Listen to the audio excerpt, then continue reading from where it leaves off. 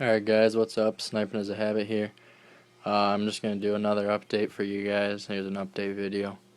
Basically I haven't been doing much lately with being busy with school and hockey and shit, so here's what I got for you guys. The last time I ran the slash, I fucked up something with the steering bell cranks, so I gotta try and adjust that because like you can hear when the servo moves, and when I turn these wheels right here, the servo isn't moving. Like you can hear that.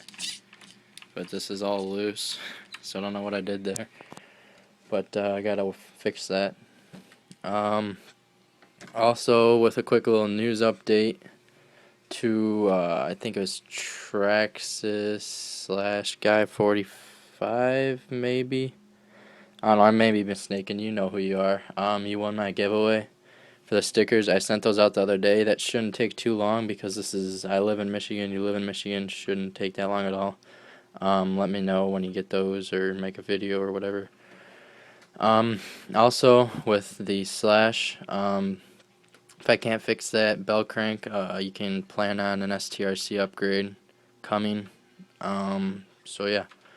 And then I also plan on ordering a new body, which would be the J Concepts Silverado 1500 body. From what the research I've done, that body has squared off wheel wells, which should help keep it from cracking as much, because like this one with the rounded wheel wells, every time I land, whether it's at the track or actually most of the damage to this body, guys, I never bashed this body until you saw the double backflip video. Most of the damage came from like this right here, if you can see that, and these whole fenders were torn up and the front bumpers torn up, or not the front bumper, but what would be the front bumper on if this was a real car. That's all torn up just from landing jumps at the track. So I think the squared off wheel wells on the J Concepts 1500 Chevrolet body would help that. At least that's what they say, and it kind of makes sense a little bit. So yeah, let's move on to the next RC. Alright, here I'm just actually going to do a combined RCs. So with the Mini 8, last time I ran that was at the track. I think I might be getting, I don't know, I kind of think I might need some new tires soon. These aren't really wearing down too much in the front, but the backs are, and like the foams are all worn down and not that squishy. So I might be getting some new tires for that soon. I don't know. I was really thinking about getting the carbon fiber shock towers, but everyone says that they break really easily, and there's really not that much of a difference in weight between the carbon fiber ones and I think these are aluminum ones, so I think I'm just going to stick with those. Eventually I'll get the carbon fiber upper chassis plate. Gosh, that would be pretty cool looking. Maybe the battery strap too. And then the boat, well, right now it's October, first week of October in Michigan, so things are cooled down quite a bit. It was maybe high of 50 today. I don't know, something like that. Jeans and sweatshirt, light jacket type of weather. So I don't see myself running the boat until next summer, because if it flips, I'm definitely not going to want to go into the water and get it.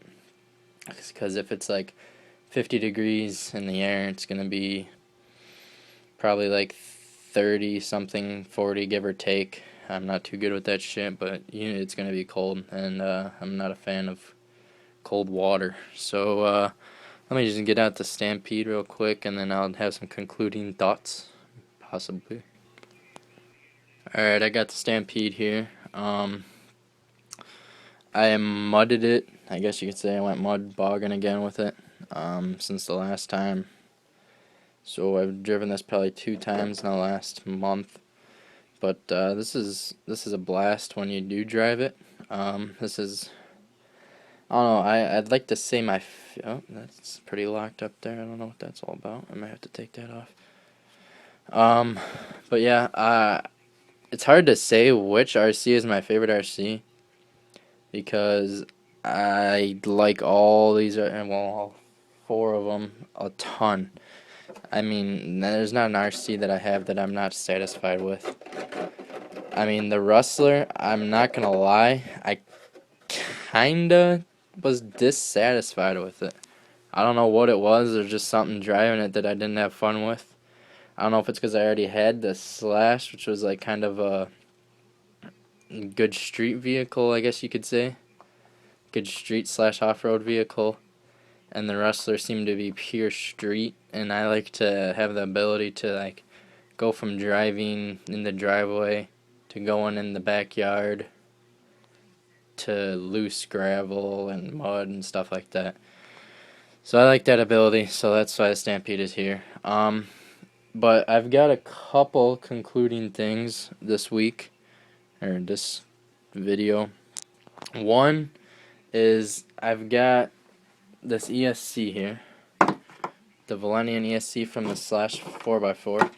It burnt out, and I'm going to try and find a way to see if I can get my local hobby shop to print up a receipt or something, so that way I can send this bad boy in, and then what my intentions would be to have a RC build series over the winter, kind of like the Rustler was a little mini build series over the winter, last winter.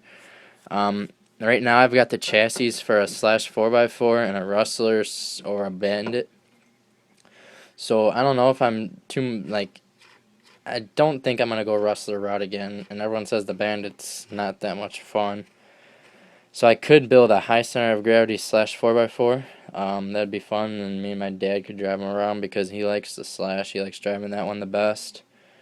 So I could do that, or I could, as much as I love the Stampede, I could get a Stampede 4x4 chassis and see if I can get some parts donations and take some parts from my Slash 4x4 that I'm no longer using and do that. And so yeah, I'm going to try and see that. Tell me what kind of build you guys might want to see. I mean, it's going to influence me a little bit because I'd like to give you guys what you want. So that will influence me a little bit, but I'm going to go with the heart here on this one. Which I don't really know what I want yet, so we'll stay tuned in for that. It all boils down to if I can find a way to send that Traxxas ESC in and get a new ESC. If I can get a new Traxxas ESC, that's golden, because that's half the challenge right there. The most expensive thing is the electronics. I can throw together an old receiver and remote combo or buy another Spectrum receiver or something.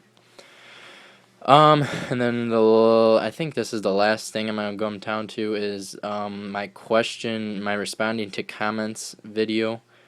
I really didn't want to do that because, I mean, it's boring just sitting there watching someone answer questions.